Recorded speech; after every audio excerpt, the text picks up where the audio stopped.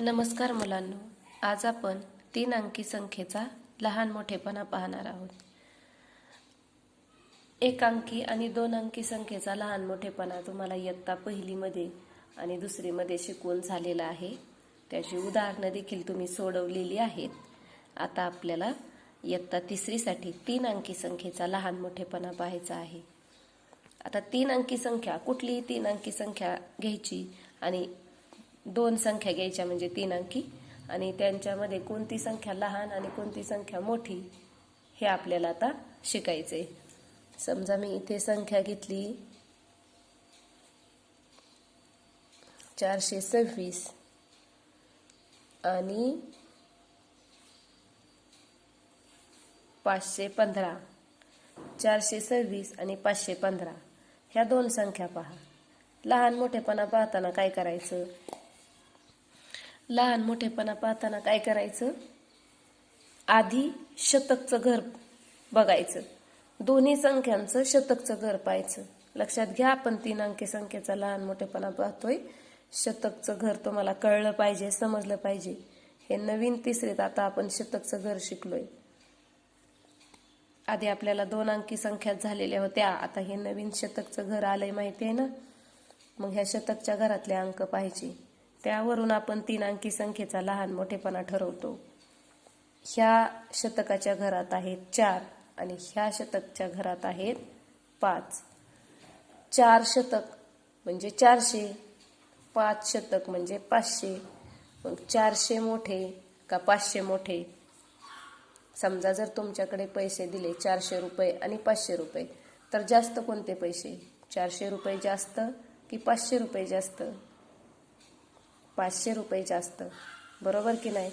म्हणजे 500 रुपये जास्त असतात, म्हणून ही संख्या झाली मोठी. म्हणजे ज्या संख्येचा शतक मोठा ती संख्या मोठी. शतक मोठा म्हणजे शतकाच्या घरातला अंक बघायचा. ह्या शतकच्या घरातला अंक 5 आहे आणि ह्या शतकच्या घरातला अंक 4 आहे. 4पेक्षा 5 मोठे आहेत, म्हणून ही संख्या झाली मोठी. तिच्याकडे 2 टोकं करायची आणि लहान संख्येकडे 1 टोक करायचं. आता दुसरं उदाहरण पाहू.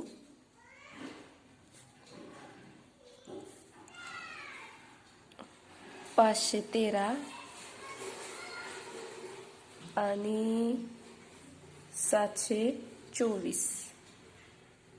आता पहा, काय बरं बघायचं? आधी शतकचं घर, शतकच्या घरातले अंक बघायचे. ह्या शतकच्या घरात 5, ह्या शतकच्या घरात 7.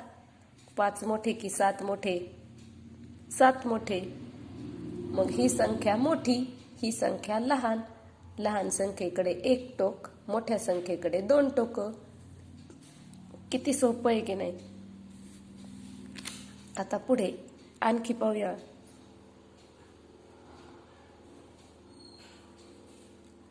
889, 440.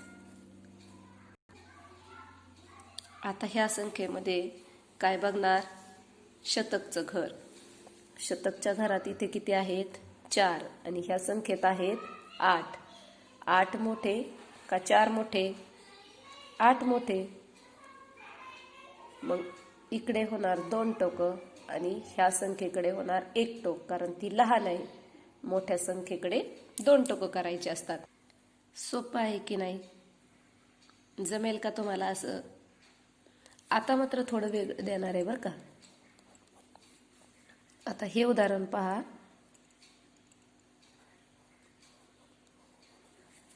625, 689. आपण काय करतो? 3 अंकी संख्येचा लहान मोठेपणा पाहताना शतकचं घर बघतो की नाही? मग आपण शतकचं घर पाहूया. इथे 6, इथे 6. अरे, आता ह्या दोन्ही संख्या 6 6 म्हणजे समान आल्या. मग आता लहान मोठेपणा कसा ठरवायचा? ह्या संख्या समान असतील का रे? इथेही शतक 6 आहे, इथेही शतक 6 आहे म्हटल्यावर ह्या संख्या समान असतील का? ह्या संख्या जरी समान असल्या, म्हणजे शतकचं घर जरी समान असलं तरी संख्या मात्र समान नाहीत. जेव्हा शतक समान असतो तेव्हा दशक बघायचा. ह्याचा दशक आहे 2 आणि ह्याचा दशक आहे 8. 2 मोठा की 8 मोठा? 8 मोठा. मग ही संख्या झाली मोठी आणि ही संख्या झाली लहान. हिच्याकडे 1 टोक आणि हिच्याकडे 2 टोक. आणखी पाहूया उदाहरण. 718 आणि 727. इथेही तसंच. शतकचा जर घर बघितलं तर शतकच्या घरातले दोन्ही अंक समान आलेत. इथेही 7 शतक आले आणि इथेही 7 शतक आले. मग अशा वेळी काय करायचं? दशकचं घर पाहायचं. ह्या दशकाच्या घरात, ह्या संख्येच्या दशकच्या घरात आहेत 1 आणि ह्या संख्येच्या दशकच्या घरात आहेत 2. मग 1 मोठा की 2? 2 मोठा आहे म्हणून ही संख्या मोठी. हिचा दशक मोठा म्हणून ही संख्या मोठी. मग हिच्याकडे 2 टोक आणि हिच्याकडे 1 टोक. आणखी उदाहरण पाहूया.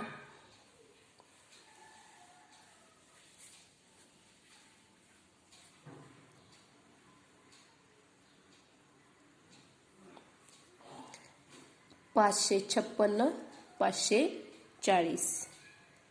आता ह्या दोन्ही संख्यांचा लहान मोठेपणा पाहताना आपण नेहमी पाहतो तसं शतकचं घर बघूया. शतकच्या घरातला अंक इथे 5, इथेही 5 समान झाला. मग दशक बघायचा. जेव्हा शतकच्या घरातला अंक समान होतो तेव्हा दशक बघायचा. ह्याचा दशक 5, ह्या संख्येचा दशक 4. 5 मोठा की 4 मोठा? 5 मोठा. म्हणून ही 556 ही संख्या मोठी आणि ही संख्या लहान. मग हिच्याकडे करायची 2 टोक आणि हिच्याकडे करायचं 1 टोक. आता आणखी थोडं वेगळं बघू.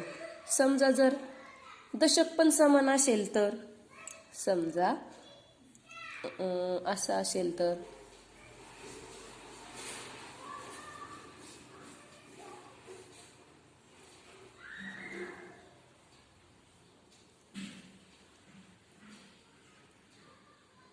आता पहा लहान मोठेपणा ठरवताना शतकच्या घरातला अंक इथे 9, इथे 9. शतक तर समान आला. मग आपण काय करतो? दशक बघतो. हा दशक पहा, इथे 1 आणि इथे ह्या संख्येत सुद्धा दशक 1च आहे. म्हणजे दशक पण समान आला. मग आता राहिलं कुठलं? एककचं घर. मग या एककच्या घरावरून लहान मोठेपणा ठरवायचा. ह्या एककाच्या घरात आहेत 8 आणि या एककाच्या घरात आहेत 9. 8 मोठा की 9 मोठे? 9 मोठे. म्हणून ही संख्या मोठी आणि ही संख्या लहान. हिच्याकडे 2 टोक करायचे आणि हिच्याकडे 1 टोक करायचं. समजलं? आणखी उदाहरण पाहूया. 821, 827. लहान मोठेपणा पाहताना आपण काय करतो? अगोदर शतकचंच घर बघायचं बरं का. पण आधी शतकचं घर. इथे 8, इथेही 8. दोन्हीकडे 8, 8 आला. शतकचं घर समान झालं. शतकचं घर समान झाल्यावर काय करायचं? दशकचं घर बघायचं. ह्या संख्येच्या दशकच्या घरात आहेत 2 आणि ह्या संख्येच्या दशकच्या घरात पण 2च आहेत. म्हणजे दशक पण समान आला. जेव्हा शतक आणि दशक समान येतील तेव्हा मग एककचं घर बघायचं.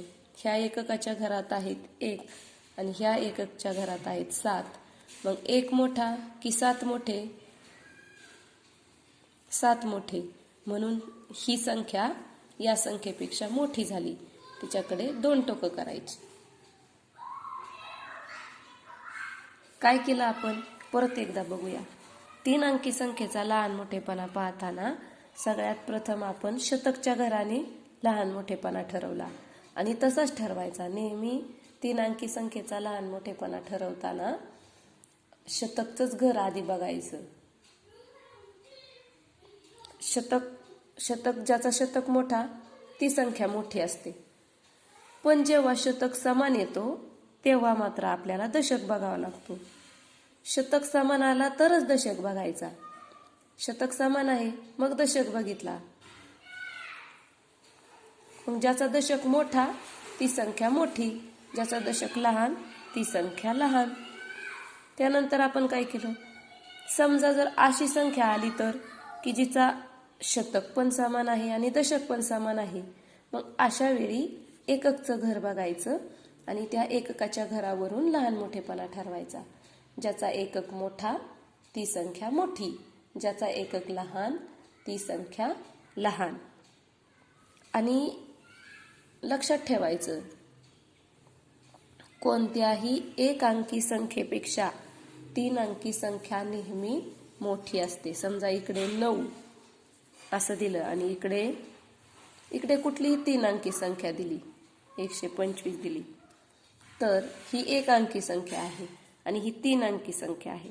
ह्या एक अंकी संख्येपेक्षा तीन अंकी संख्या केव्हाही मोठीच असते, त्यामुळे तिला अशी मोठीच दाखवायची.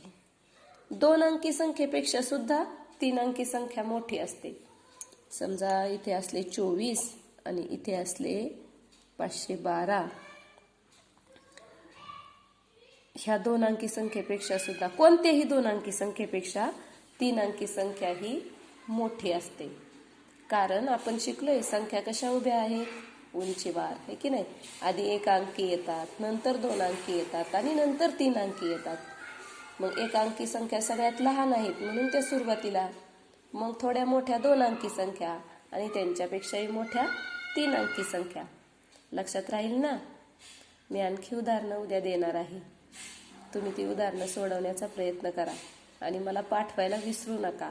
त्यामुळे तुमच्या काय चुका होतात ते मला कळतं आणि त्यानुसार मग मला पुढचा अभ्यास देता येतो. थँक्यू.